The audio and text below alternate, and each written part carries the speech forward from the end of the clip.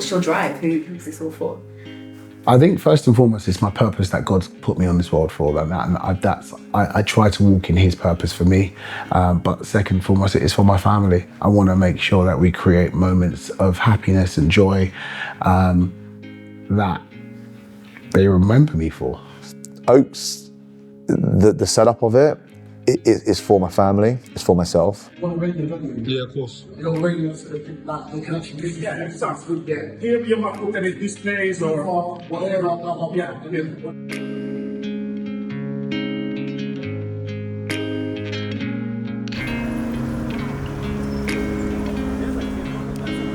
How do you feel now after speaking for about 45 minutes to an hour? Really relaxed. This is really cool, man. I really appreciate it, man. Honestly, it's something that I never thought I'd ever do.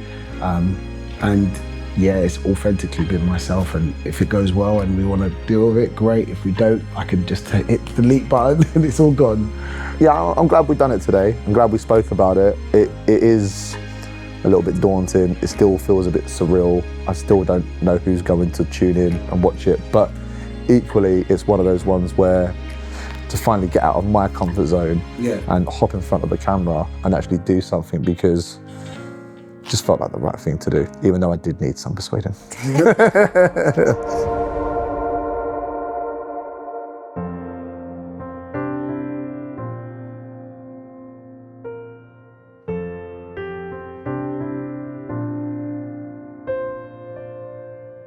I grew up in South London, Clapham. Went to school in Tooting. Pretty similar upbringing to most people from South London. Just sort of humble beginnings, working mum. Yeah, nothing special. I grew up in South Norwood, although I used to tell people Crystal Palace, it's a bit bougie. Yeah, so South Norwood, it's kind of near Croydon, it's kind of near Crystal Palace. You don't really go there, you know, no one spent their holiday there. But it's a good area. It's an area that I love. I love South London. It was a vibe, man. Like we grew up, and obviously we didn't know much different from what we had, right?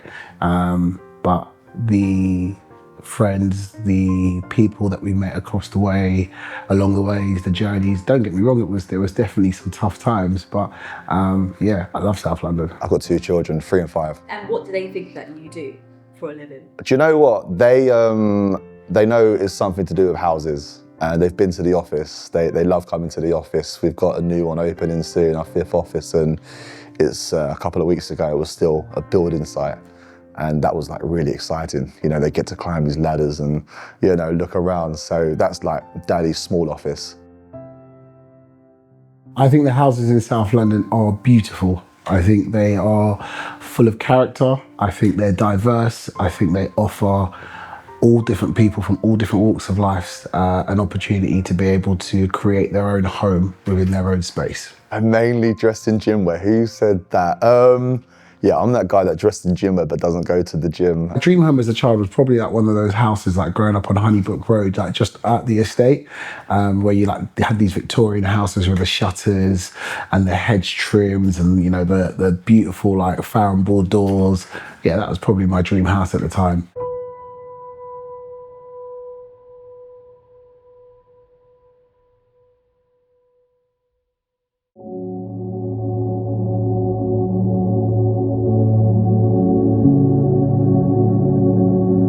James and I met at an Indian where James was making everybody laugh. And at the time, I just felt like, who is this kid that's making everybody laugh? And I meant he had the managers, he had the area managers, he had the junior negs, he had everyone laughing. And I thought, what a brilliant person and human being and personality.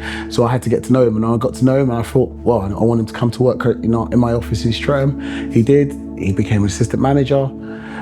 And he'll tell you the story about me not giving him a Saturday off, but he also knows that he's had a few Saturdays off nowadays. We had the sort of end of quarter awards, and he sort of walked in, and I spotted him. You know, he's a big presence, isn't he? He's got that main character energy, and you could just tell he was underwhelmed. You know, not what he was used to, a far cry from perhaps what Killy Fogard and Hayward were doing. And didn't speak to him that night, you know, kept myself to myself and my people. But that was the first time I saw him. And then, yeah, we went out to an Indian, and, you know, it was in Tooting. And it just had everybody there, and I don't know, probably me being me, just trying to be center of attention. I'm a bit of an attention seeker, someone might tell you. And yeah, we just got along well, made him laugh, and just done some silliness. I joined Oaks, I was rivals with Oaks. Gabe and I worked for Gabe once upon a time at our previous company. We had a lot of success, a lot of fun, a lot of issues as well. And for a number of years, we went head to head on several occasions. But I always had that respect for Gabe. And I've always had ambitions to be like entrepreneurial, have my own business. And when I decided to take the plunge, Gabe was the first person I reached out to. We had a bit of competition in terms of like Barnum Marcus versus Oaks when Oaks was trying to make their name. And he beat me on a few times. He beat me on one on Hamborough Road, which he's going to talk about. And I'm just going to give him an alley-oop on that one now. There's actually, the story's deeper than probably Gabe remembers, because initially there was an estate agent called Douglas and Gordon. They've since been bought out. I think they're trading again now, but they were trying to creep into Shredham, and they'd done this campaign where they did it for free. They were like, we will sell your house for free. And it was just a complete and utter ball ache. As good as we are, competing against a reputable brand that are going to do it for free is troublesome. Douglas and Gordon went to Hamborough Road initially because the lady wanted to use them. But when the person went there, the lady that was doing the valuation for Douglas and Gordon asked her when the baby was expected, but she wasn't pregnant. So then, she thought, right, let me have Barnum Marcus, who I was working for at the time, and let me have Oaks come round, because how dare you? Like, that's so rude. And it was me versus Gabe. And Hamborough Road is like a really popular road. The Farrers Triangle, it's close to Streatham Common, it's close to the station, it's got an amazing nursery around the corner on Lewin Road. People want to live on there. And it's the sort of property that, you get excited about. And I knew I was up against Gabe, so I think I put my best tie on that day. And I pipped into it.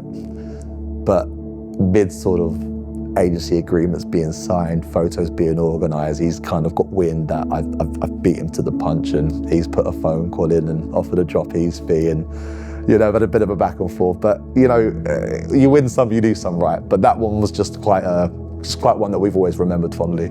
James won it. I just tried to lower the fee. James won it. Sometimes you lose stuff, right? Even as a good estate agent, no matter how good you are as an estate agent, you can't win everything. One thing that defined Oaks estate agents was me joining forces with James. It was pivotal at the time and needed in order for the business to grow. It brought support to the ownership team. I don't know how you did it by yourself. Neither do I. By the grace of God, a loving wife, great family. But the challenges that business owners face, people don't talk about a lot. And I think it's important that we normalise and we talk about that being a business owner is not always glamorous. The narrative of being a business owner versus the reality of being a business owner, again, don't feel sorry for us. We chose this and there's perks, but it's tough. And I don't think I could do it by myself. I think having a partnership, having somebody to lean on is just crucial.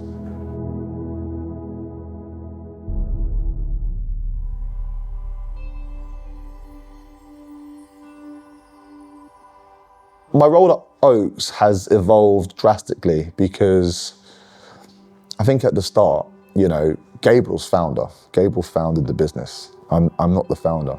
I own half of it, but I'm not the founder. James is my better half, my brother, someone I met along the estate agency way, South London, someone that grew up in South London, someone that come from humble beginnings, is similar to me, but also someone that unapologetically wants the best out of life and is prepared to work hard for it. I am pedantic. I sweat the detail. If you're sending out an email, the capital letters and the commas better be in the right place. And I think we complement each other. And my sort of role, I ended up adapting and becoming, I guess, self-proclaimed head of marketing. I've never read a marketing book in my life, but actually probably that's the key to our success. Not knowing, making it up as we go along, freestyling. I think I made a decision when I opened Oaks to try and create a narrative that was more of a positive nature for people like myself coming out of South London. And I made a business decision to sacrifice everything I was for what I could become, not knowing what would be.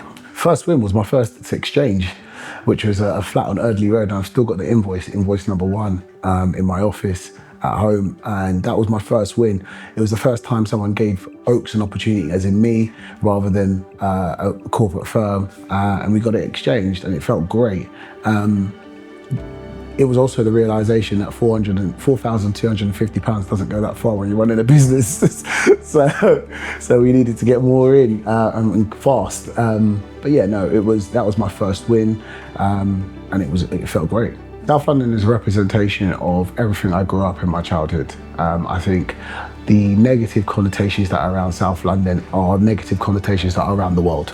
I think they maximise them in South London, but I also think they don't maximise the opportunity for diversity, the opportunity for people to make something of themselves.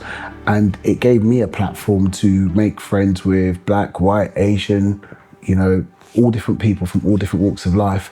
And it's allowed me to be more well-rounded as a human being. So what did life look like for you on the 3rd of June 2015? Bleak. Bleak. A couple friends did come in to say like, good luck. And the journey's lonely. Like the first 5 years of Oaks was lonely. We employed some really good people, but obviously people come and go. They stay with you to certain times, and that's understandable in any industry. But the first day, the phones didn't ring. There was no emails. It was just getting systems in place. And then the second day was me realizing the mammoth task that I had ahead and what we needed to do to be able to survive and thrive and grow. And I got to work. I had left Barnum Marcus on unsavory terms at the time, and I was going to go back to KFH, who was a company I used to work for. And they offered me a job in an office, and I was like, this office isn't a great office as a manager.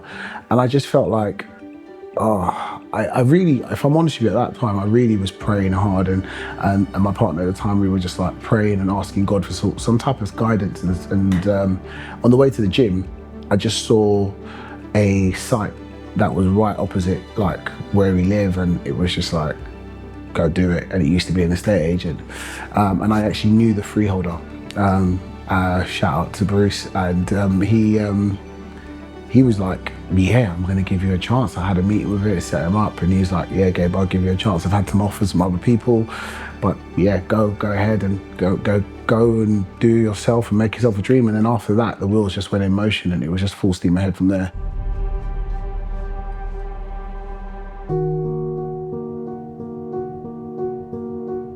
Yeah, new builds has been integral to the business. We've had some wonderful wins on new builds. I mean, straight off the bat, I remember on Croydon flyover, I was driving home, and someone I play football with has got like a construction company, and it had his hoarding up, and I sort of called him hands-free, and I was like, is that your development? He goes, no, I'm building it for somebody. And I said, oh, can you connect me? Just remember this. Man. And no, I didn't even have a Oaks Estate Agent's email address. Like the ink was drying on the paper. We haven't even set up all of the bits and pieces.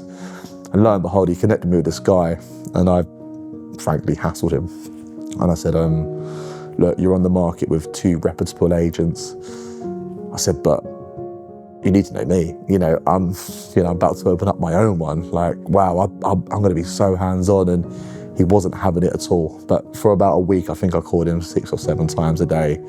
And I caught him on the way to the development, and I went down there, and he liked me and I liked him. And yeah, I think by the time I had my email address set up, I was sort of sending out my first instruction, because when we get a new listing, we send it out. And it was 43 new build flats at 2% each. I think it would have been, we didn't sell them all in the spirit of being transparent. It was us and Foxtons. I think the split was about half and half. But it was like a 600-700 grand site, and I was like, this is easy. Like, my goodness. And, massive win, Yeah. followed by Roots as well. Oh, yeah. We shut the office one day at Harewood, and I was selling one of the flats to one of our local investors, and he had this development in South Croydon. Harewood Rose. We just shut the office and said, James, we just need to drive down there. We drove down there. You were like, Roops is there now, we've got to go catch him. And we didn't have anyone in the office. So we just shut the office. I mean, we wouldn't do that now.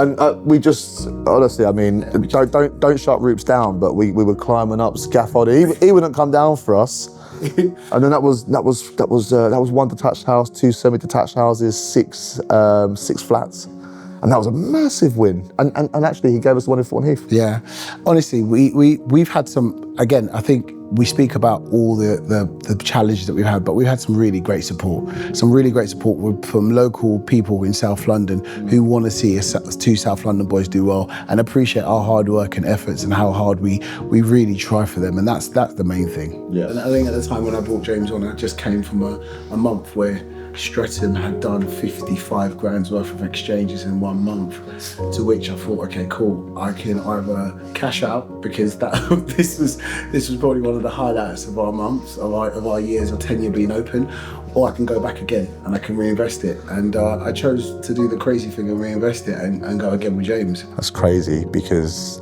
if we did that volume of business now, I think, heads would turn. But at the time, it was such a highlight. I remember you telling me like really proudly, guess what we achieved? And I was like, you did what? Yeah, it was massive at the time, but I think that's where our business has grown, right? That's where we're at now, where if you do that in a month, it's not frowned upon, but it's not exactly celebrated. No, it's definitely not. I think when you go through some of the dark times that we've gone through together, some of the issues that we've had with finances, and there's times in which COVID had hit, our back was against the wall, we had no money, we didn't know where we were going to go, what was going to happen, we didn't know anything about furlough, what was going on. Do you remember? I never even heard that word before, but we that's the best thing that ever happens to us. Yeah. Like and probably the worst thing for competition and stuff, when something goes against us, we double down. Yeah. During that COVID period, right? Do you remember I remember saying, hold up, Gabe, because these times we couldn't even see each other in that regard. Because do you remember the rules? It was like, and some people followed it strictly. I wasn't sure if the world was going to be wiped out. And I was like, what completions have we got? Like, I've checked the bank, we've got this much in there. That'll see us through for how many months? And then the next day, it was like, oh, do you know what, Gabe? I found this software, right? It's about $2,000 a month, but we should do it. And we've done it. And actually, we utilised it to drum up so much business whilst everybody else was on furlough. So when we talk about those dark times, they're actually, it sounds a bit warped, but we come out, when we got our backs to the wall. You've got no worries about to grind, right? Yeah. And that's probably when we become estate agents a little bit more again, and when we become a little bit more like, all right, cool, let's go knock a few doors, or let's go do this, let's raise some capital, let's go open another office, let's go do something exciting. But yeah, God, yeah. But also, every time we open a new branch, in fact, anybody that does watch this, all 6 of you, every time we open a new office, something bad happens, and we're opening Mitcham soon. So, yeah, just with more progress comes more problems. It's very simple.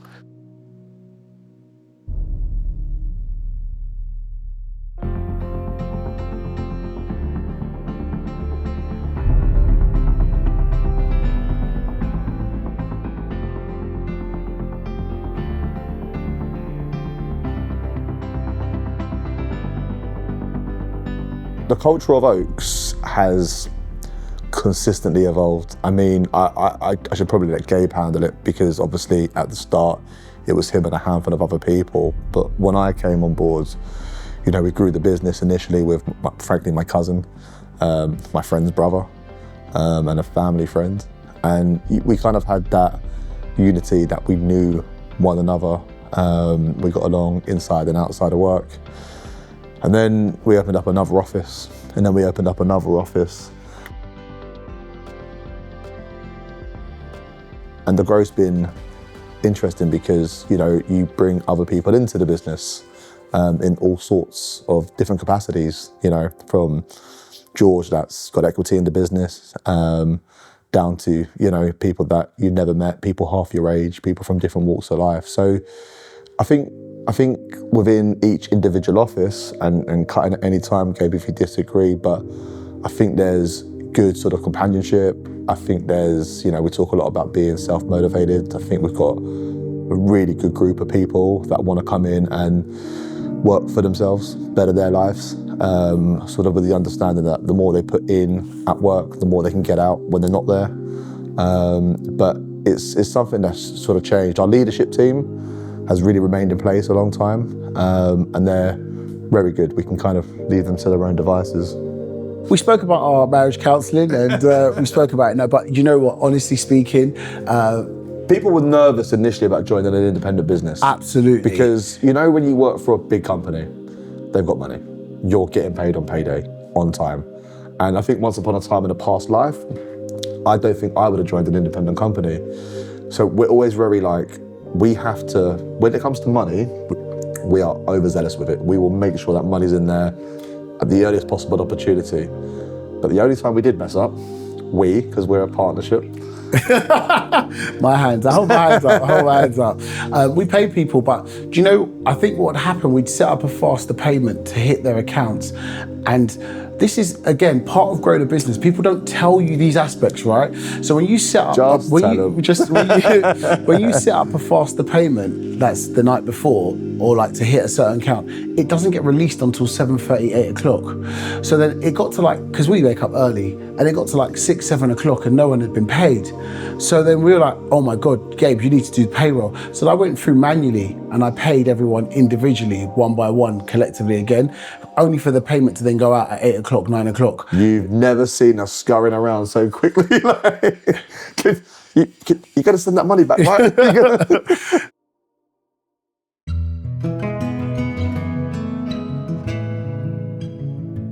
So then would you both basically say that there's no stopping you, you're not stopping anytime soon? Sky's the limit. Whatever purpose God's put in my heart, I'm always going to try and follow it as best as I possibly can. I think James is so driven, to the point where if you're not on that wavelength, you will find him irritating. But if you are on that wavelength, you're only going to find it motivating and inspiring. And I think combined with both of us, I think sky's the limit. Yeah. I think sometimes, and this sounds a little bit crazy, but sometimes it's disappointing we've only got 5 offices, because it's like, oh man, you know, we went on that little run where we went sort of, you know, opened an office every year, and then we implemented the infrastructure, and it was absolutely the right thing to do. But we're just ambitious, and we just want to take over this pocket of South London. And I think the infrastructure was really important. If we didn't open Tulse Hill, we don't have a property management team. Yeah. We're not able to then get George, who's a shareholder, on board, involved in the business and the owner of the business. There's loads of things that happen. And so, yes, when you're growing a business, you want to keep going in this trajectory where it's like that. But then you have to take a moment where you stabilise. And that stabilisation period was probably one of the hardest periods for us, because we were recruiting more, getting more people in, paying more, but not always making more ourselves. Yeah. So sometimes taking the least share. Your profit margin diminishes when you expand, but the value of the business is growing every day. So yeah, I think that's growth for me, growth for James, stepping away, learning different things, you know, and understanding that things can happen whilst you're there or you're not there, but it's about impacting the business in a positive way. It's been really, really good for us to do. It's something that, for me, I needed to get it done, because I needed, like I said, estate agency and marketing and branding and etc. People's changed, right? The way in which people look at organisations, they care more about the owners. And I needed them to see that the owners of Oaks were just 2 local lads from South London. I think historically as well, I don't ever think this is out of our comfort zone. And one of the reasons why we've done so well, I guess, is we haven't ever reinvented the wheel, but we've just done the job to a 10 out of 10 standards.